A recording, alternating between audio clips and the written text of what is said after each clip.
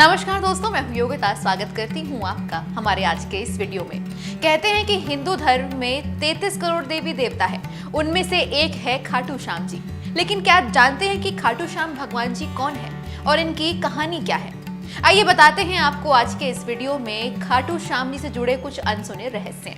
राजस्थान के शेखावटी के सीकर जिले में स्थित है परधाम खाटू। यहाँ विराजित है खाटू श्याम जी। खाटू श्याम का मंदिर बहुत ही प्राचीन है। यहाँ पर प्रतिवर्ष फाल्गुन माह शुक्ल षष्ठी से बारस का मेला लगता है। श्याम बाबा की महिमा बखान करने वाले भक्त राजस्थान या भारत में ही नहीं बल्कि दुनिया के कोने कोने में मौजूद है।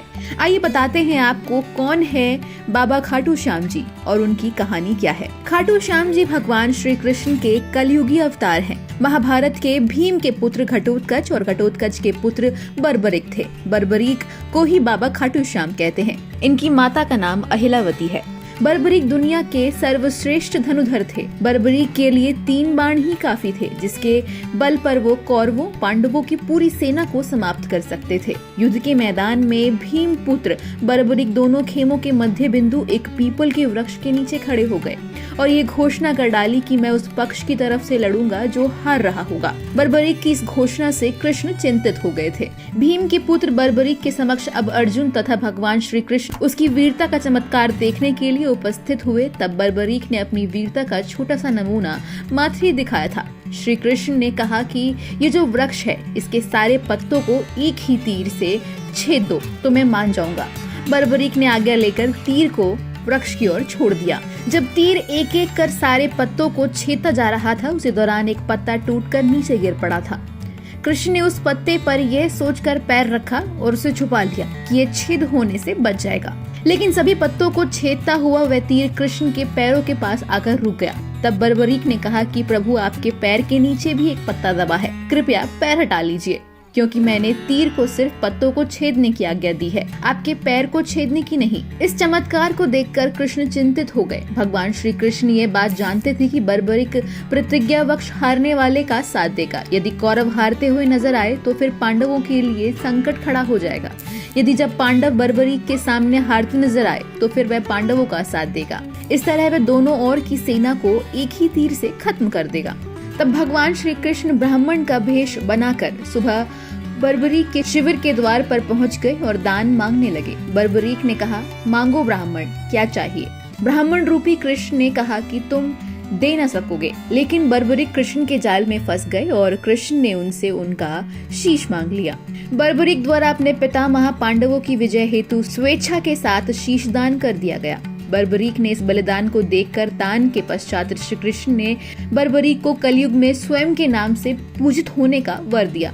आज बर्बरिक को खाटू श्याम के नाम से पूजा जाता है। जहां कृष्ण ने उसका शीश रखा था उस स्थान का नाम खाटू है। आइए बताते हैं आपको खाटू श्याम जी से जुड़े कुछ अनसुने रहस्य। खाटू श्याम अर्थात मां स्वयं पराजित, अर्थात जो हारे हुए और निराश लोगों को संबल प्रदान करता है। खाटू श्याम बाबा दुनिया के सर्वश्रेष्ठ धनुधर हैं। उनसे बड़े सिर्फ श्री राम ही माने गए हैं। खाटू श्याम जी का जन्मोत्सव हर साल कार्तिक शुक्ल पक्ष की देवउठनी एकादशी को बड़ी धूमधाम से मनाया जाता है। खाटू श्याम मंदिर बहुत ही प्राचीन है, लेकिन वर्तमान मंदिर की आधारशिला सन 1720 में रखी गई थी। इतिहासकार पंडित झाबरमल शर्मा के मुताबिक सन 1679 में औरंगजेब की सेना ने इस मंदिर को नष्ट कर दिया था। मंदिर की रक्षा के लिए उस समय उनके राजपूतों ने अपना प्राणोत्सर्ग किया था। खाटू श्याम मंदिर परिसर में लगता है बाबा खाटू श्याम का प्रसिद्ध मेला। हिंदू मास फागुन माह शुक्ल षष्ठी से बारस तक ये मेला चलता है। 11 के दिन मेले का खास दिन रहता है। बर्बरिक देवी के उपासक थे। देवी के वरदान से उन्हें 3 दिव्य बाण मिले थे, जो अपने लक्ष्य को भेद कर वापस उनके पास आ जाते थे। इसकी वजह से बर्बरिक अजय थे। बर्बरिक अपने पिता घटोत्कच से भी ज्यादा शक्तिशाली और मायावी थे। कहते हैं कि जब बर्बरिक से श्री कृष्ण ने शीश मांगा तो बर्बरिक ने रात भर भजन किया और फागुन शुक्ल द्वादशी को स्नान करके पूजा की और अपने हाथ से अपना शीश काटकर श्री कृष्ण को दान कर दिया। शीश दान से पहले बर्बरिक ने महाभारत का युद्ध देखने की इच्छा जताई। तब श्री कृष्ण ने उनके शीश को एक ऊंचे स्थान पर स्थापित करके उन्हें अवलोकन की दृष्टि प्रदान की। युद्ध समाप्ति के बाद जब पांडव विजयश्री का श्रेय देने के लिए वाद विवाद कर रहे थे, तब श्री कृष्ण ने कहा कि इसका निर्णय तो बर्बरीक का शीश ही कर सकता है। तब बर्बरीक ने कहा कि युद्ध में दोनों ओर श्री कृष्ण का ही सुदर्शन चल रहा था और द्रौपदी महाकाली बन रक्तपान कर रही थी। अंत में श्री कृष्ण ने वरदान दिया कि कलयुग में मेरे नाम से तुम्हें पूजा जाएगा और तुम्हारे स्मरण मात्र से ही भक्तों का कल्याण होगा। स्वप्न दर्शनोपरांत बाबा श्याम खाटू श्याम में स्थित श्याम कुंड से प्रकट हुए थे और श्री कृष्ण शालिग्राम के रूप में मंदिर में दर्शन देते हैं। खाटू श्याम जी मेले का आकर्षण यहाँ होने वाली मानव सेवा भी है। बड़े से बड़े घराने के लोग आम आदमी की तरह यहाँ आकर श्रद्धालुओं की सेवा करते हैं। भक्तों की इस मंदिर में इतनी आस्था है कि वे अपने सुखों का श्रेय उन्हीं को देते हैं। भक्त बताते हैं कि बाबा खाटू श्याम सभी की मुरादें पूरी करते हैं। खाटू धाम में आस लगाने वालों की झोली बाबा खाली नहीं रखते हैं। श्री खाटू श्याम बाबा जी का जन्मोत्सव हर साल कार्तिक महीने में शुक्ल पक्ष की एकादशी तिथि को मनाया जाता है। इस अवसर पर राजस्थान में सीकर स्थित श्याम बाबा मंदिर में लाखों संख्या में भक्तों की भीड़ उमड़ती है।